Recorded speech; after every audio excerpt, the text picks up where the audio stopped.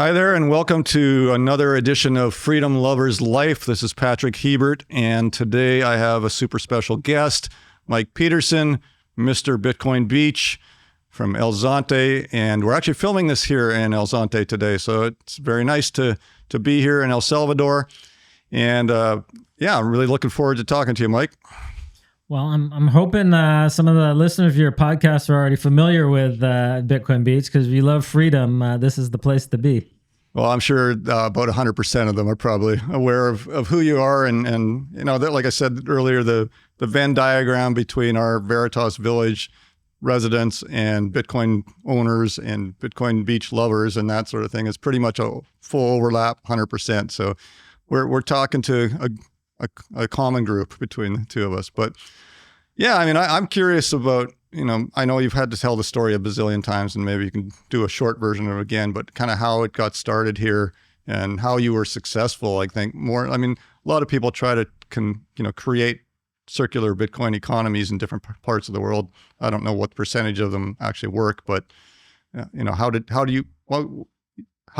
bit of how you started, but then what do you think made it work?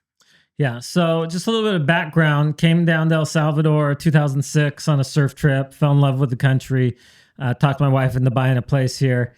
And then in 2014, we decided to move here full time. We were working with some different churches and missionaries, and we really had a desire to see improvement happen in the community we were in here in El Zonte. At that time, gangs kind of controlled everything. There was not a lot of hope for the youth. And so with some of the local team that we had here, we started some different programs. And so we were doing tutoring. We were, doing weekly meetings, just kind of trying to mentor the young people, but then also try to find work for them to keep them out of trouble, but also so they could earn a little extra for their families. And so somebody heard about this, and they approached us and said, "Hey, there's a donor that we think might want to support what you guys are doing, but he'll want to donate in Bitcoin, and with the caveat that you can't exchange it for fiat. He wants to actually see this create a Bitcoin circular economy." And so I love that. I was already a Bitcoiner, and so I was like, wow, this would be amazing to be a part of. So we came back with a plan, and in 2019, we started this in really small ways, just paying stipends of Bitcoin to the kids for cleaning the river, cleaning the beaches, giving them stipends for their grades if they got decent grades, if they stayed in school, sometimes incentivizing the teachers with Bitcoin if they were doing extra with the kids.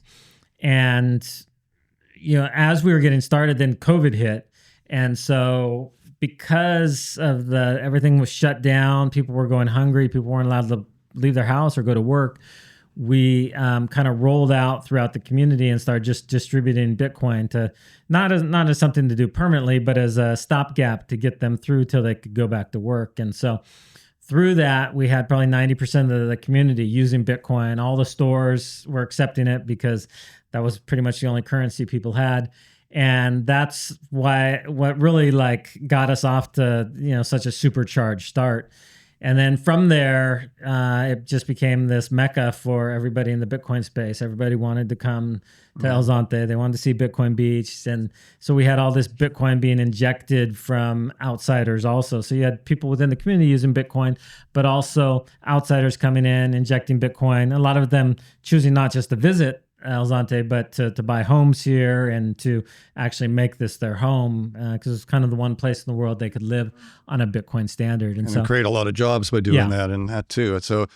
So maybe that's the one good thing COVID had going for it, is it forced a circular economy. That what do you think? Do you think it would have happened the same way if there hadn't been that COVID push? It's always hard to tell. You can't go back and replay history, but I definitely think it helped. The other thing, when people being shut up in their homes, they had time to actually learn about Bitcoin, right. And so they could kind of dive into it. I mean, maybe I'm not articulating this well, but how did that really start? Kind of, how did one guy decide that I need a new part for my motorcycle or something, and that guy's going to actually accept Bitcoin to fix my bike, and and then I'm going to use that to go.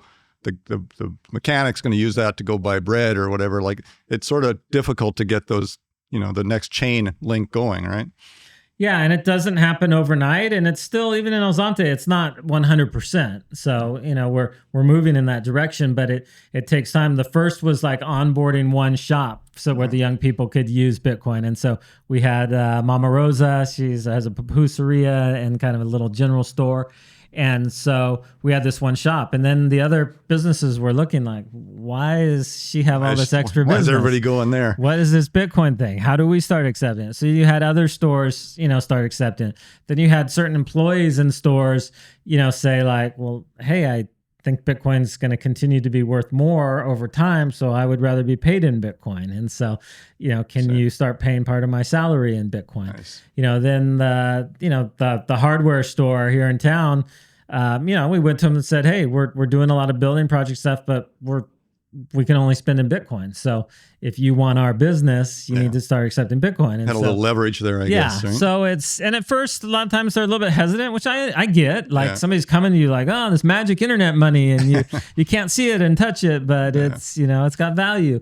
But over time, they all kind of start to go down the rabbit hole and understand the value of it. And so, were they pricing they were pricing in US dollars or whatever? And how often would they, like if Bitcoin was rising, would they, they didn't probably want to reprice because they were thinking, well, I'm going to get more Bitcoin. But so most of them would still price in dollars, and we still see that mostly today. We're trying to push people to price in sats, but it does make it hard for them because a lot of times who they're buying from is priced in dollars, and so if Bitcoin moves significantly, it can be a challenge.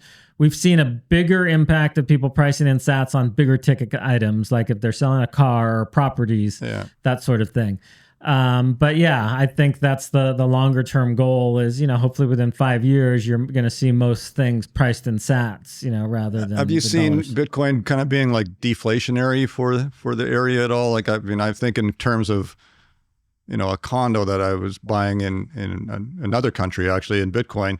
And, at the time when I was, Bitcoin was moving up pretty quickly, and I was like, well, it's kind of deflationary because I was going to have to pay 5 Bitcoin, and now I'm going to have to pay 3.8 Bitcoin. And it seems the longer I wait, as long as he keeps pricing it the other way, like if he was smart, he would have kept it. It's 5 Bitcoin. That's what I'm going to sell it to you for. But have you seen any of that kind of impact here? Or? No, definitely for the people that are living on a Bitcoin standard, they're seeing that. Everybody else is complaining about inflation, and they're like, "What do you mean inflation? What's inflation?" We've seen prices have gone down in half in the last year, and so, I think that as more people move in that direction and use Bitcoin as their standard, we will see that they'll realize actually it is a deflationary economy, not an inflationary one. Well, you've been super influential worldwide, obviously, on what you've done here and proven it can be done. But what was the moment where Bukele kind of got into the point where it's like something cool is happening at Bitcoin Beach, so we should maybe consider? I'm sure it wasn't one day's leap over to how about we just adopt that currency? But how did that happen? I think the biggest jump was when Forbes came and did an article that was very positive about this small project happening in this community. And, Forbes is a pretty respected publication, and El Salvador had never really had any positive news. Like anytime they made the news, it was for negative things. They're having the highest murder rate, or, the MS-13, killings or something like that. So I think for them, they realized like, wow, we had this article. The article showed like pictures of our beautiful beaches, and it was not focused on the negative. It was focused on us, this kind of small community that's leading the way forward in Bitcoin. And so that, I think, kind of opened their eyes. We also were doing a lot of projects working with the Ministry of Tourism. We helped start the first professional lifeguard force in El Salvador. And so we had lifeguards that they were internationally certified. They went through the whole, I think it was like a 120-hour course. And then we were paying them in Bitcoin to patrol the local beaches. So they saw this positive impact. And so we were able to secure some meetings, one with the Minister of Economy. And I said, hey, you have the opportunity here to transform the image of El Salvador overnight. Like, you couldn't pay a publicity company $1 billion and change the image of El Salvador. It's so tarnished. But if you guys adopt Bitcoin, like it as your national currency, it will be all over the world. You will be in all the major publications. Bukele will go down in the history books. Like, there's really no other move you could do that would have this impact, and it will cost you nothing. Yeah. And it will, and after that, you will see Bitcoin tourism flood in. You'll see Bitcoin investment flood in. You'll see jobs. You'll see all these things, and it won't cost you anything. And the great part for El Salvador was, because they had already given up their national currency, they didn't have anything to worry about. Other countries would be worried, like, oh, but it's going to, like, deplace our national currency, and we can just print that at will right now. Exactly. And we don't want to lose that. Where El Salvador had already given that up. They were already on the dollar. And so it was like a no-brainer. So I think that the combination of the positive publicity, but then also them understanding how they could transform the image of El Salvador, and it wouldn't cost them anything. I think that's what kind of made it happen. That's an amazing story. I mean, I hope maybe some miracle President Noboa in Ecuador and some others are listening, Malay maybe, and saying, hey, you know what? Well, Argentina has its own currency, but Ecuador does not. Right? Yeah. They also gave it up. No, They're Ecuador is in perfect position to, you know. And I know Noboa's, watched Bukele from on the crime side in terms of how he's turned it around. So hopefully that there's another possibility of another likely country to potentially adopt Bitcoin as well.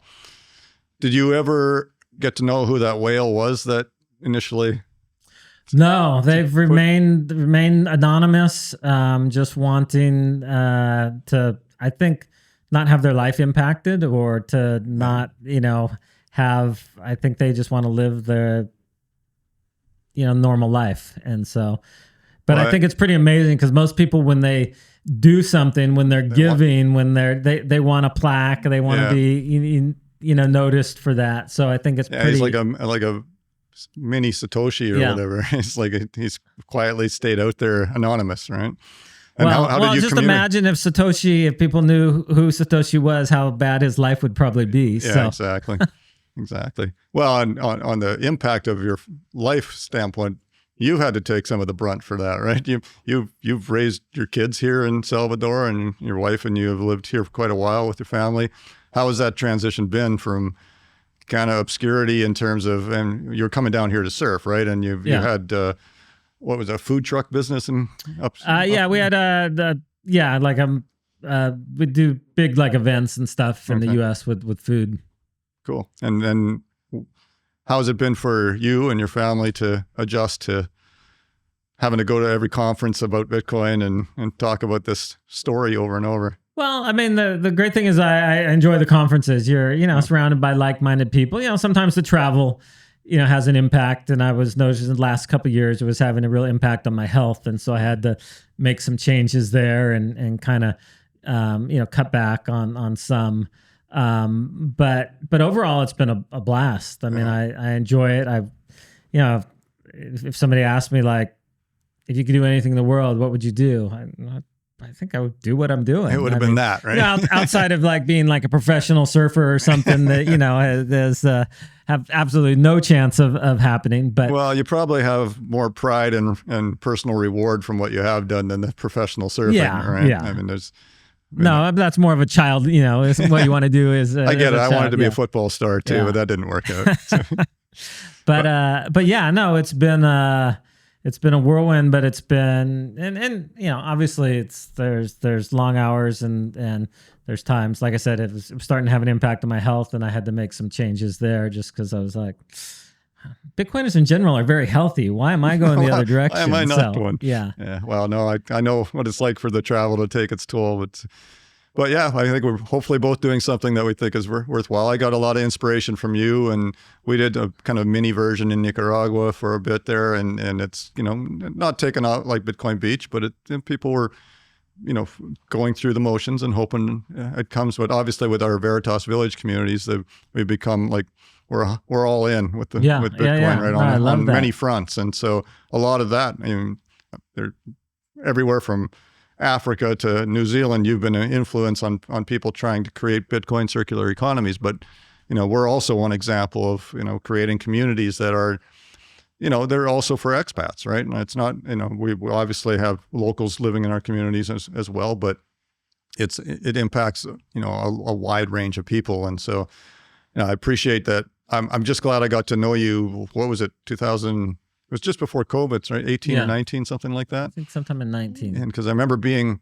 here fairly long, a ways before the Bitcoin was adopted as currency here. So what was that, 2021? Yeah. Yeah. So so we were all here for that.